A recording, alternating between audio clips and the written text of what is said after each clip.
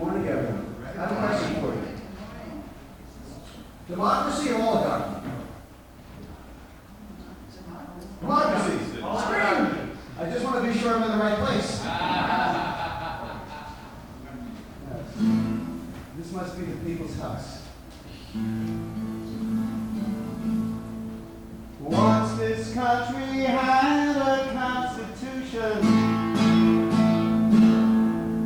defending everybody living here. A Bill of Rights, it offered us protection. Somewhere else who'd have us living free. Those were the days, my friend, we thought they would never end. And there was freedom in things we do and say.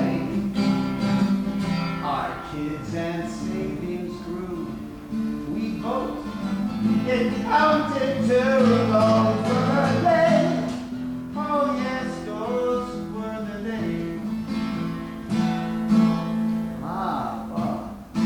Then the corporations took it over. Boo, boo, boo, boo. Let's do that again. And then the corporations took it over. A court said they are human just like me. They buy the Congress and every election. What has become of our democracy? Those were the days, my friend, we thought they never end. And there was freedom in things we do and say. Our kids and savings grew. We voted counting to those were the days. Oh yes, those were the days. So what about our leadership and our representation? Well, the corporate media and their political friends would be more than happy to advise us as to who is responsible for, let's say, the plight of our overworked, underemployed. Well, we know what they're doing. We know what they do best. You know what that is? Lie, lie, lie, lie, lie, lie, lie, lie, lie, lie, lie, lie, lie, lie, lie, lie, lie, lie, lie, lie. Lie, lie, lie, lie, lie, lie. Lie, lie, lie, lie, lie, lie, lie, lie, lie, and lie.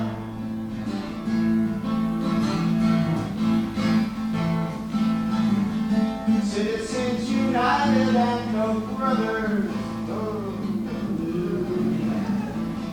and billionaires who run this crooked game. The 99% we feel our power,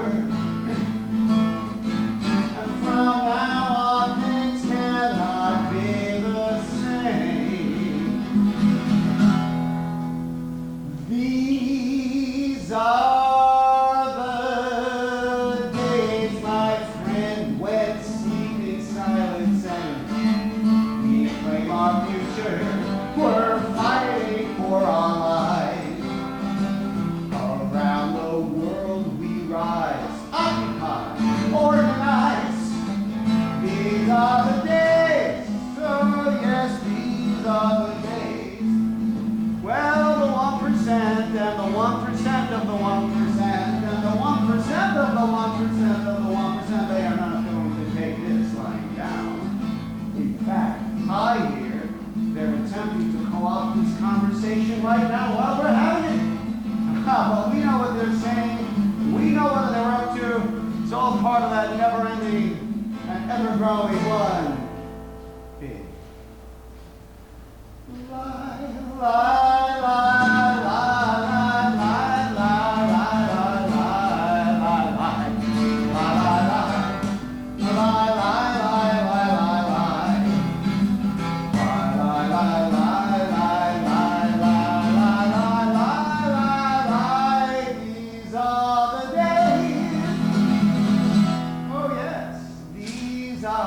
the day.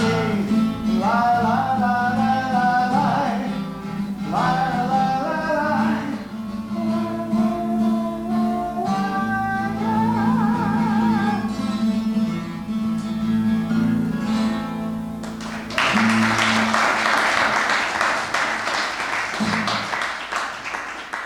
Thank you. My name is Joel Landy, and I've been hosting a show on public access and on the internet for 20 years. It's called Songs of Freedom. If you want to see more and hear more, I was here in March downstairs just before, right after a civil disobedience training where people were going down to Washington, and I put together a show based upon what happened there and the speech that Kai made on television, and I put it all together. So this kind of stuff is at singfreedom.org. You can pick up a flyer, tune in, go to my website, singfreedom.org, and find out more. And let's continue to do this work together. Here's a song about heroes. I have many heroes in my life, and they help us go forward. Here's one. A short time ago, not far away, in those gambling houses where the bankers all play, a gazillion was stolen, but cops never came. No. Now who was that fool that said crime never pays? And I wish Woody Guthrie was here. Oh, he'd tell off those bankers with a voice loud and clear. He'd give them all hell from now to next year, and I wish Woody Guthrie was here. Well, Barnum was right. It's all how you spin it. In this world there's a sucker born every minute. In lower Manhattan, where the great temple stands,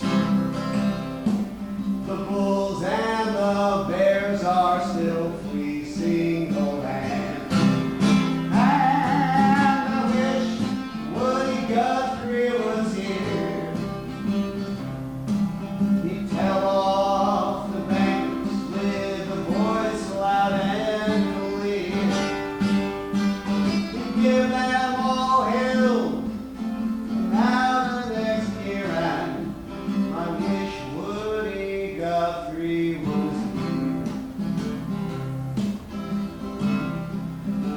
Well, they got fancy names for those scams that they run. They own lawyers and judges and politicians. They keep you in debt because, well, that's how they roll. And when you can't pay the interest, they put a lien on your soul. Well, we went out to protest the things that they done, all the pain that they caused and the games that they run. The police that fed us are in this game too, that's right. They are losing their pensions just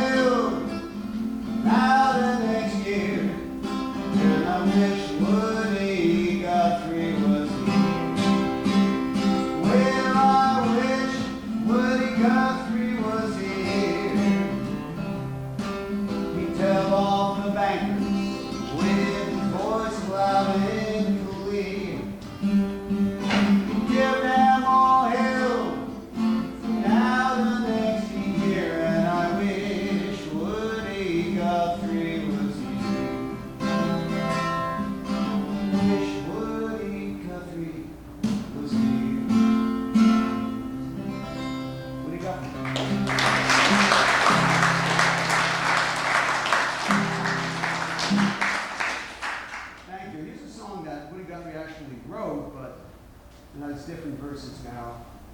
You know the folk process. People add horses and sheep. Starts out. I couldn't be franker. I am a jolly banker.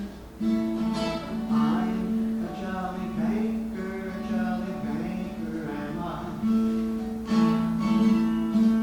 I safeguard the servants, homeowners, and workers, singing, I'm a jolly banker, am I?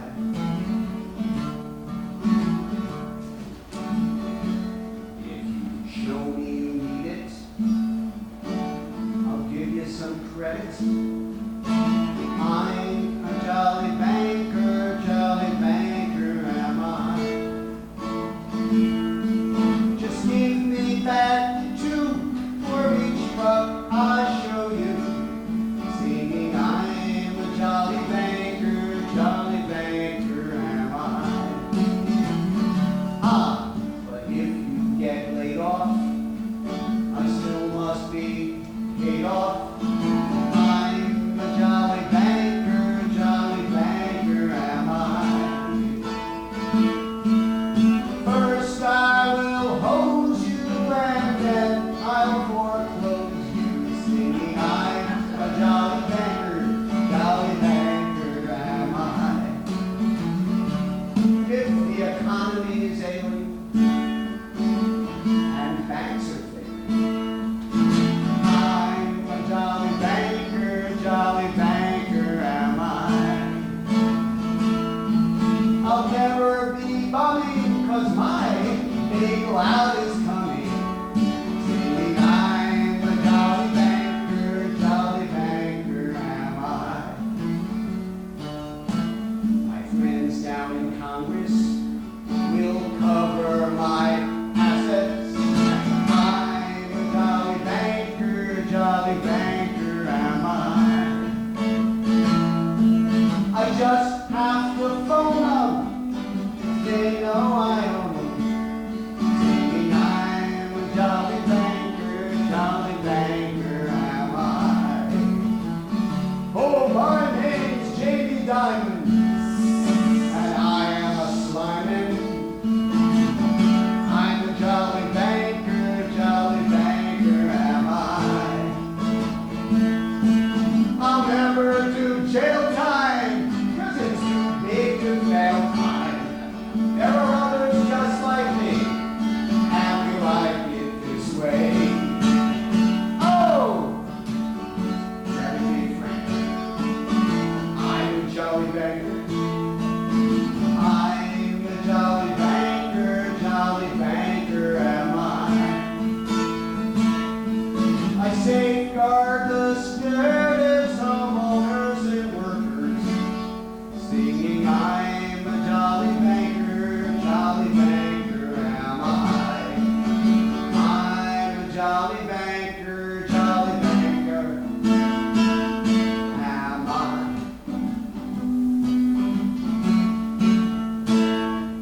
Thank you.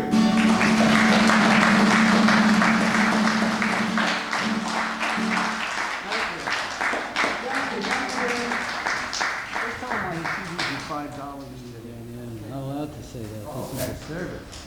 Not allowed to say his CDs are $5. What is it? No commercial.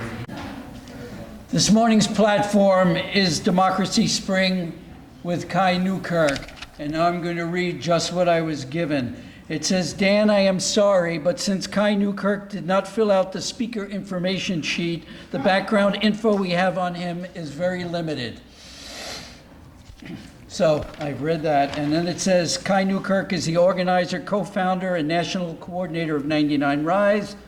99 Rise is the nonviolent mass movement and network of activists and organizers who are dedicated to ending the corruption and reclaiming democracy from the dominion of big money. Now, I have to add one other thing. When we were in Washington in the morning, we were all going up that first day to the Capitol to be arrested. There were a number of speakers in Union Square and Union Station. And Kai was the last one to go, so he was exhorting us and was being very good at exhorting us now to get together and march up there. There was a 74, Monica was standing on one side of me, there was a 74-year-old activist from Chicago named Bill Coates standing on the other side of me, and Bill had walked into Washington with Martin Luther King in '63, had been involved in the Chicago riots in '68, and I have to say, walked every step of the way from Philadelphia to DC, and he's a very tall man. And as Kai was speaking, he leaned down and he said in my ear, "He's not only pretty, but he can talk." You can already see that he's pretty, and now I'm going to give you a chance to hear him and see that he can, in fact, talk. Kai Newkirk.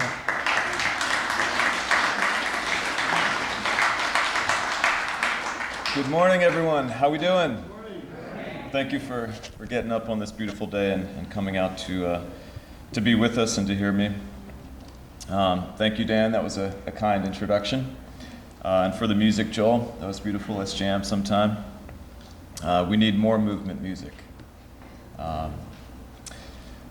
It's beautiful to be here. It's humbling to be asked to speak.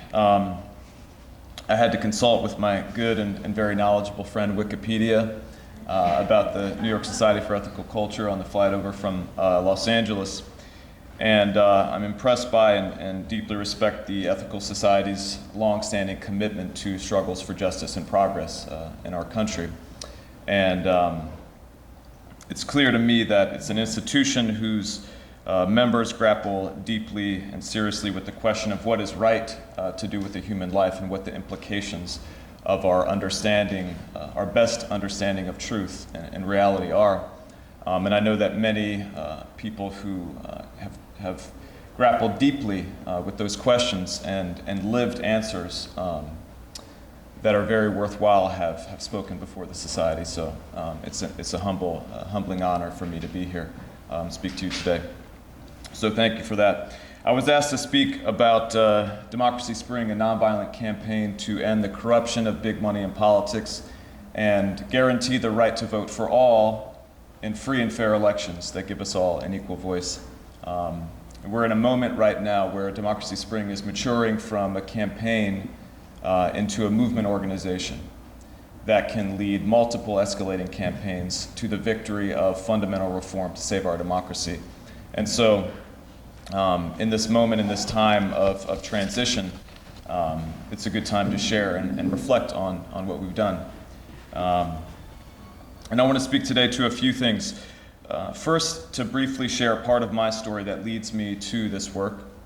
And second, to describe some of the strategic and ethical conclusions that give rise to it and which guide us now as we move forward. And finally, to tell you some of the story of what we did, why it mattered, and where we're going from here, and to encourage you all to be part of that. So first, some of my story. I was born in rural southeastern West Virginia, outside a town so small that to this day it doesn't have one bar. My parents moved there from the Washington, D.C. area as part of the Back to the Land movement of hippies and their generation, who were seeking to create a different and better life in the countryside where community, care for the land and each other, the simple joys and work of family would come before and replace the corruption, the isolation, the conflict of the dominant city-based society. Had a little homestead. My dad worked as a carpenter, sang in a bluegrass band, was writing songs about their values. My mom worked in childcare. They took in 4 foster children in addition to my older brother and myself in their 20s. They shared what I have to admit is a naive, in some ways, but still a beautiful dream of a different world, and a dream that wasn't realized for them or for many others, except in small ways for very few people. They split up, and my first family fell apart when I was still a very young boy. My dad left the state. My mom gave up my foster siblings, and I felt abandoned, and I wanted so much for us all to be able to come back together. It's like my childhood yearning. And looking back now, I see that a part of that tender yearning and pain has always been attached to the hope that my parents' dream of a different and better life might somehow in some way be fulfilled. And the reach for the redemption of our little family became a longing for a redeeming change in the world that would ultimately affirm their dream and somehow validate our story and experience. Both my parents remarried, and I lived the most secure years of my life in another small town in West Virginia, Shepherdstown. Some of you may have been there, near Harper's Ferry. My brother and I bonded deeply with our two stepbrothers, who were close in age and came from their own family rupture, having been taken from their mother in France. And just as I was entering my teen years, our parents divorced. My stepfather moved to Delaware with my stepbrothers. My older brother went to my dad's, and then on my birthday ran away. We didn't hear or have any word or see him for months. And during this time, my younger half-brother would sometimes come to me and cry on my shoulder and say, "My dad doesn't love me. I hate myself." And I would hold him and tell him, "I love you. I'm always going to be here for you." And I felt this burning determination in my gut that I never wanted to let anybody down the way that I could see that he felt. In a very intimate way, I was confronted with the question of whether I am indeed my brother's keeper. I tried to be there for him, and I've tried to be one who brings our family together. I think I've done more good than harm, but I could only do so much. And I see that my exploration of the values that my parents' back to the land dream seeded in me, tempered and fueled after the repeated periods of instability in our family by a reflexively critical orientation to their authority and thus basically all others. That exploration led me to become a vegetarian and then vegan, to begin meditating, to delve into countercultural music as a mode of transformation, to take up community service work, and ultimately to discover organizing the power of nonviolent action in popular movements in high school and especially in college. And I see now that I found in organizing and in the movement a way to show up for the greater family that I came to understand I was a part of my community, my nation, my species, and our world, as I had wanted someone to be there for me as a young boy, as I had wanted to be there for my brothers as a young man. And deep in my heart, I need to be able to answer yes to the question, were you there when those you love needed you most? And the movement, in the face of all that's revealed by any reasonable encounter with the reality of our interconnected and deeply troubled world, makes it possible for me to at least say, I sure as hell tried. And so I have to carry this work forward day after day, year after year. And so for most of the last 17 years, social movement organizing has been my primary work and field of study as an undergraduate college student and then as a sort of undisciplined amateur intellectual. But why Democracy Spring? There are many struggles, there are many fights in our country. Almost 4 years ago, I left my job as an aide to a progressive Los Angeles city council member to co-found 99 Rise, a post-Occupy grassroots organization using nonviolent direct action to fight for political equality. It's an organization that spearheaded the Democracy Spring effort.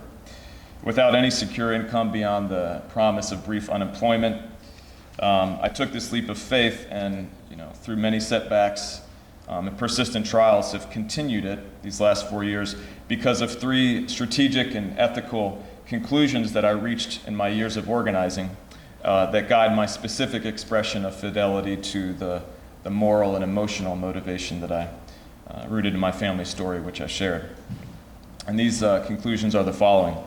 First, that the problem of the corruption of big money in politics and related efforts to undermine voter suppression, voter participation, are absolutely pivotal to the question of progressive change in our country and to solving fiercely urgent crises that we face, from catastrophic climate change to historic and growing economic inequality to mass incarceration. Popular and necessary reforms are blocked by the power that our system of privately financed elections gives to the moneyed interests that profit from the status quo. I've organized in the global justice movement, the environmental movement, the anti-war movement, the labor movement, the immigrant rights movement, on behalf of progressive elected officials. And all of my experiences have confirmed the reality of this systemic barrier to reform. There's an opportunity that we have because today all the voting constituencies that make up the coalition of the Democratic Party now that the Dixiecrats have left and passed on, are basically progressive constituencies that are in support of the reforms that we want. But the funding base of the Democratic Party is still primarily a corporate-aligned financial elite that has conflicting aims and interests. And so we see this divide between the aspirations that are expressed by voters who participate in our political system through the Democratic Party and the outcomes of those that are elected because of this divided allegiance between the voters and the funders that ultimately prioritizes the needs and the demands of the donor class over those who vote. And if we can break that relationship and ensure that this emerging progressive majority can vote easily and without resistance, I believe that we can confront and solve these crises with a government that will be responsive to that progressive majority. But that requires first fixing our democracy. And that's become crystal clear to me through my years of work. And second, on the question of climate change, perhaps the most universally urgent, although still for most of us kind of distant and abstract crisis, we know that we have to make a radical economic shift toward clean energy through a massive and international government intervention. I often say we need a World War II scale mobilization, but not just in our country, around the world. And we know that we have to make it as soon as humanly possible to prevent the worst impacts and to preserve the possibility of a livable future for our people. The window for this shift is closing fast, leaving maybe 3-5 years, maybe a little longer, to begin it in earnest. This is certainly an inconvenient truth. It's a daunting reality, but I think it's one we have to grapple with seriously. And in my view, we have a much greater chance of winning the democracy fight first, and thus dramatically lowering the political bar that the climate justice movement has to reach to win reform than we do to reach that bar as it stands now in our corrupt political system in which the fossil fuel industry and Wall Street have so much power. So to save our planet and to secure our future, I believe we have to save our democracy first. That's the conclusion that I've reached.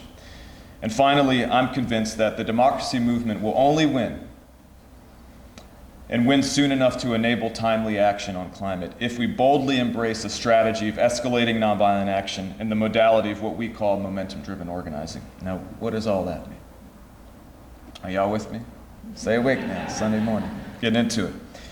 Escalating nonviolent action, which follows from a tradition of civil resistance exemplified in our country by the civil rights movement between 1960 and 68, worldwide by many different struggles from the Gandhian Indian independence movement to the so-called color revolutions of Eastern Europe in the early 2000s, is action that's taken outside of official channels and characterized by a refusal to harm one's opponents and a willingness to take on suffering oneself, and that moves to progressively greater levels of sacrifice, disruption, and participation. And such action is capable of deeply and rapidly shifting popular opinion and galvanizing public participation in a way that renders a previously unassailable status quo untenable. In my view, no major democratic victory in our country, from ending slavery to women's suffrage to workers' rights to civil rights, has been won without this kind of escalation, without people who are willing to put their bodies and freedom on the line, however briefly, to disrupt business as usual. And so, recognizing that legacy, we have to step up, I believe, and be willing to do the same. And in our time, we seek to learn from the past and to integrate two major paradigms of social action. Structure-based organizing, we call it, which is typified by unions and community organizations that do long-term work to develop committees of leaders to fight for demands specific to their interests and to leverage their membership power against those with institutional power to get concessions like a stop sign at a dangerous intersection in a neighborhood, or a contract that raises wages and benefits for workers in one industry or one workplace. We have to integrate that and what we call mass protest, which is exemplified by the 2006 mass marches in the immigrant rights movement, the Occupy Wall Street experience. These explosions of activity that can rapidly shift the political environment but are often seen as flashes in the pan or can't be sustained or fail to maintain direction and continue organizing and escalating through multiple cycles, not just one big boom. We have to integrate them in the form of what we call momentum-driven organizing, which in this emerging tradition aims to combine the political weather shifting power of mass protest with the sustaining supports of structure-based organizing to enable multiple waves of strategically focused escalation that don't collapse, that don't fade away, but build successively towards a victory of fundamental reform. And we founded 99 Rise to pursue the work which these strategic conclusions deemed absolutely necessary and morally imperative, work which, in our view, no one else was doing at the time. And so in the fall of 2014, I was here in New York City. It was the night before a small direct action that we were going to do at the Trump International Hotel and Towers. Ironic, looking back now. We aimed to disrupt access to a $32,000 a plate fundraiser that was being held in Woody Johnson's residence there, who's the owner of the New York Jets. I was lying awake, sort of the stress of the night before in action, and thinking about what was going to come next. That was sort of how I was like, well, tomorrow we're going to do what we can, but where are we going from here? And thinking about the success of the California March for Democracy, a campaign that we did in 2014, marched from Los Angeles almost 480 miles to Sacramento over 37 days, and then did 12 straight days of small sit-ins at the Capitol, demanding that our state legislature act immediately to deal with this crisis of corruption. We helped to pass 2 modest reform bills and really energize the democracy movement in our state. And we were thinking about how we could build on that. We were considering replicating the campaign in other states and looking at New York as perhaps the best option. But as I was really kind of grappling with that same moral urgency, that imperative that I believe we have to come back to time and again, try to wake up in the morning and ground myself in that, you know, not just what's ahead of me today, but where are we at as a people. I kept coming back to the question of how do we accelerate? How do we jump ahead of just this question of replicating in states and do something that can really shift the political weather more broadly and open up the possibility for reform in the more near future? And as I was running through options, it came to me that maybe we could skip the state replication and go national.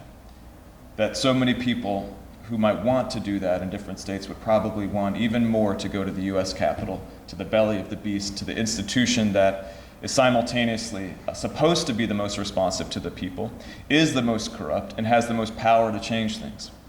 And I thought, what if we did a march that arrived there and that concluded not just in a series of small sit-ins, but mass civil disobedience on a historic scale? And as I thought about where we could start, symbolic locations on the East Coast, settled quickly on the Liberty Bell in Philadelphia, symbolic birthplace of democracy in our country. It's not too far, it's long enough that people will take it seriously, but it ain't 500 miles. And I had this familiar feeling of being gripped by a vision that seemed pregnant with so much power and attuned to the moment, and that I knew that I could do something to help realize. I'd experienced it before in different organizing. It keeps you up. So I didn't get much sleep that night. But the next day when I was in jail with my dear friend and comrade, Kurt Rees, that some of you know, after we chained ourselves to the banister, the steps going into the Trump hotel, briefly shutting down foot traffic into that entrance, I told Kurt I had a vision about what we should do next. And I pitched the campaign to him. A march from the Liberty Bell to the US Capitol, 140 miles, 10 days, publicly demanding that Congress take immediate action to save our democracy, and declaring that if they didn't by the time that we arrived, that we would begin mass, sustained, nonviolent civil disobedience through sit-ins on a historic scale. And sitting in our cell, we talked it through, and he agreed that we should pursue it. We brought up the vision at our December leadership retreat and reached an agreement to pursue the campaign contingent on recruiting partners and supporters that would give us the resources to do it successfully, because we were just a little organization. And people gave me the clear message that don't drag us into this, Kai, if we don't have the capacity to do it successfully. And so that began months of work to recruit public figures and movement leaders, to risk arrest, to organizations to commit to help mobilize, funders to help resource the effort. What became Democracy Spring in 2016 started out as a vision for Democracy Summer in 2015, then Democracy Fall. We skipped Democracy Winter for reasons obvious and otherwise. And throughout that long period of careful building, many allies and friends hoped for collaborators. They didn't believe that we could accomplish what we hoped to. They thought it was too big, too bold, too ripe for failure, that we shouldn't practice what we call prophetic promotion and proclaim that the campaign would be the largest civil disobedience of this century in our country. But we were not deterred. We countered with the moral declaration that we were determined not simply to do something that would be sufficiently apparently worthwhile to convince large funders to continue to sustain our organization, that we needed to strive to do something that might break through and shift the political climate in favor of reform, even knowing that failure was eminently possible. The only real failure, I would often say, would be to not even try to do something that could actually make a difference in this dire hour that we live in. And so we stayed true to that imperative and also to the methods of momentum-driven organizing that our experience and study proved, in our view, can make possible unexpected feats of mobilization. If you've seen the classic film Field of Dreams, you remember the mantra, if you build it, they will come. That led the main character to persevere in his vision of building this baseball field with the hope that those who would want to play there would show up and do so if the opportunity was created for them. We should have had Field of Dreams t-shirts in the Democracy Spring effort because we lived that mantra with tenacious determination. And it was in that spirit and manner that we forged ahead, and we built a coalition of over 120 organizations, spanning the breadth of progressive movements and beyond, with a cohort of movement leaders that pledged to risk arrest, including Harvard professor Lawrence Lessig, Cenk Uygur of the Young Turks, Ben Cohen of Ben & Jerry's, the actor Gabby Hoffman, and many others, who said, we see that vision too. We want that to be real. We'll put our names down to say that if we can build it, we will be there to encourage others to come. At the heart of this effort was a team of full-time organizers, a network of volunteer leaders throughout the country, with a foundational funding commitment from Avaz. If you haven't heard of them, you should check them out. International progressive organization, 42 million members worldwide, kind of like Move On, but global. They were a co-convener of the steering committee that led the campaign and made a commitment that enabled us to marshal the resources and the money to hire a small staff and set up a movement house outside DC, where eventually we had as many as 23 people living and working full-time to realize this vision. My dad came up from North Carolina to build us the bunk beds that made it possible for us to sleep so many people comfortably. And for him to be able to use his unique skills as a carpenter to make such a helpful contribution to my work and our movement was a special moment for me. And so many people stepped up like that in ways great and small to reach and to strive towards this common dream.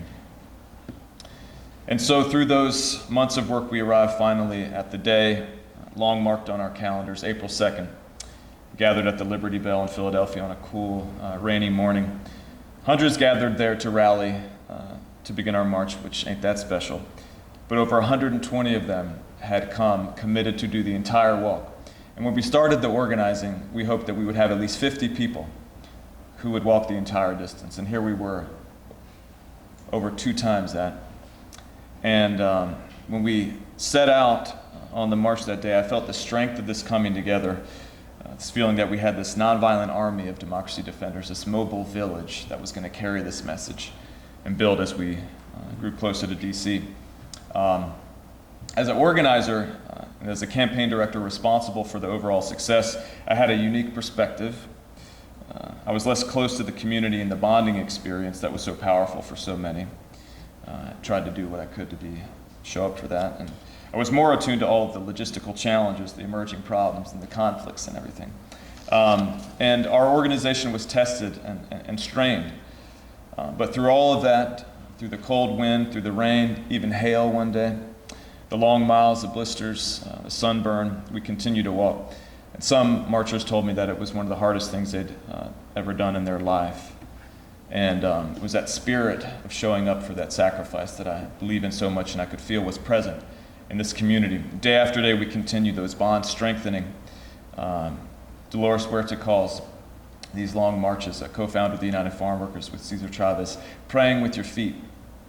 And I believe that resonates here, where we are focused on how our actions and deeds in the world express our highest values.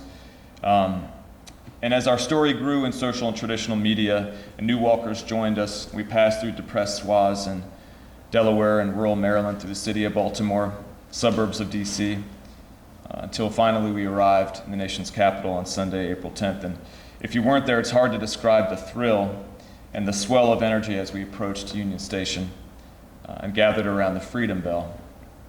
In the call and response style of the People's Mic that was popularized in Occupy Wall Street, I tried to speak and capture the moment to plant the flag of our arrival and point ahead to the next day when we would proclaim our mission and go to the Capitol and sit in if Congress still refused to respond to our demand.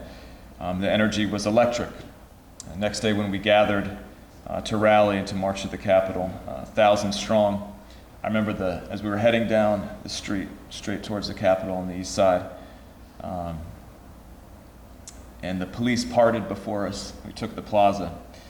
And our chants of whose house, our house, one person, one vote, rang out. There was this feeling of euphoria that whatever happened going forth, as hundreds of us sat down and took the area of the steps leading to the Capitol, and refused to heed the police warnings to leave, that we had won this battle and unleashed a new movement energy that would bring us much closer to victory. Over 400 people were arrested that day, an unprecedented number for a single day at the U.S. Capitol, according to the Capitol Police. It took them hours because they had to bring more buses to fit everyone in. And over the following days, hundreds more were arrested on those steps, refusing to leave until Congress lifted a finger, took some action to save our democracy. And each day lifted up a different theme and a different constituency. It was Elders Day, and then a Black-led Racial Justice Day, a worker-led Labor Solidarity Day, a Student and Youth Day, and a Climate Justice Day. And we were weaving together these different movements and struggles with the common demand of a democracy that would work for us all and be a tool by which we can solve our problems and win the popular reforms that all of our different movements are fighting for. That Sunday we rallied and marched with our allies in the Democracy Awakening Coalition, and then did a final sit-in together on Monday, April 18th, that brought the total number of arrests to over 1,300 for that week, which made it the largest civil disobedience of this century in our country, as we had said that we believed it would. And though Congress didn't act to save our democracy during that week, we believe that the campaign was undoubtedly a huge victory, that it was a quantum leap forward for our movement.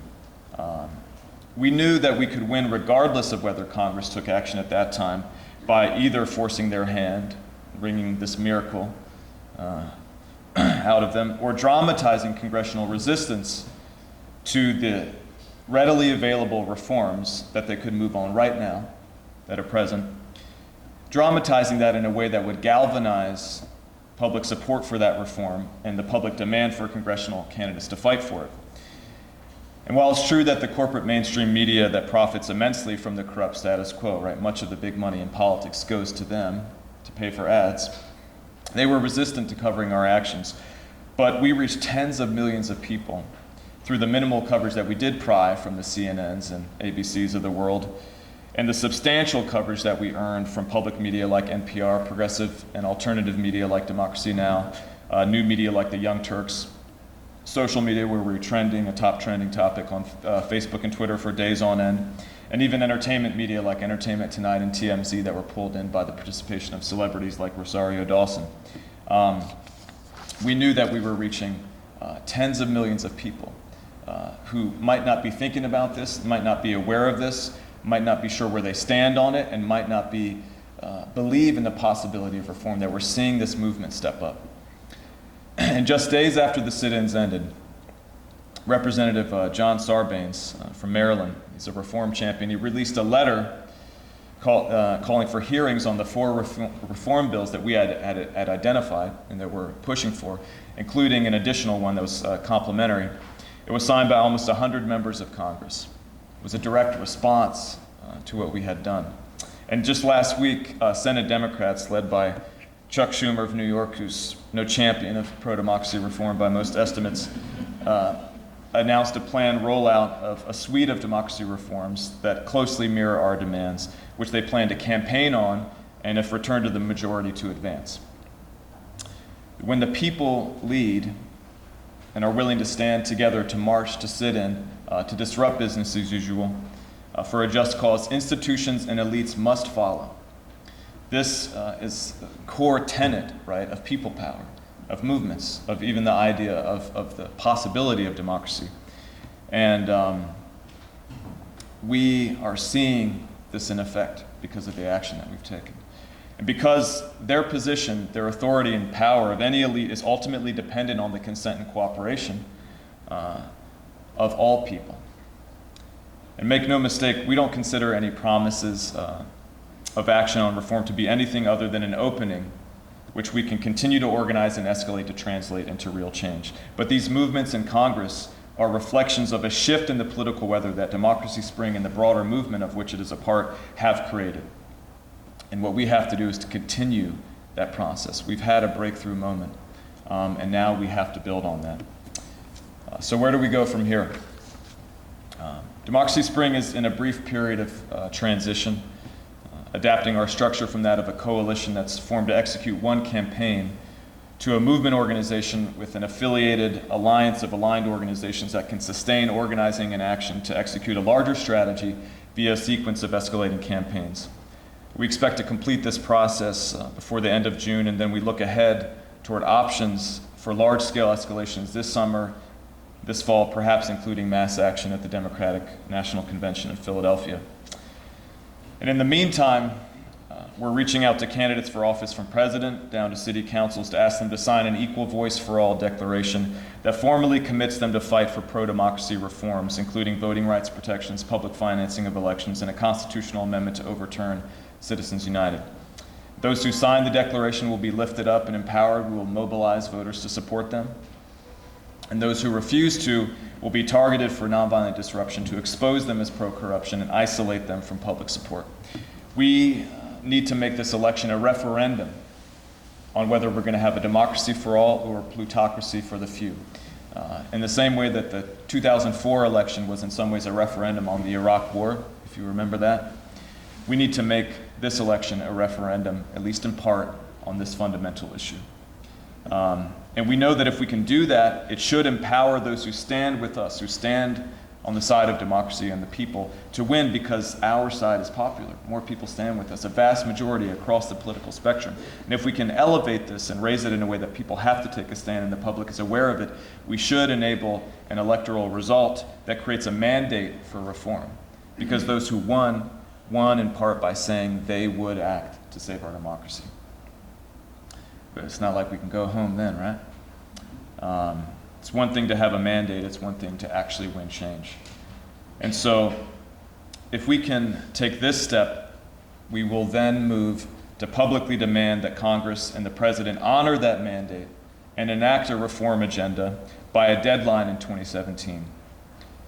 And declare that if they don't, that we will return to Washington, D.C. and to state capitals across the country and begin mass disruptive nonviolent civil disobedience and mass non-cooperation until they act and give us the reform that we need, the change that we so urgently need. This will be Democracy Spring times 100, not just in D.C., but around the country. And we know that because with so little resources, we were to bring people together based on this vision, based on this need, and with the commitment and determination to risk failure, to do what was right, and succeeded, that declaration will be credible, that we will be able to do that, building now with people across the country who are devoting themselves to this work, who had a transformational experience on the march or sitting in for the first time, some people multiple times, right? And this community that is formed that is now growing across the country.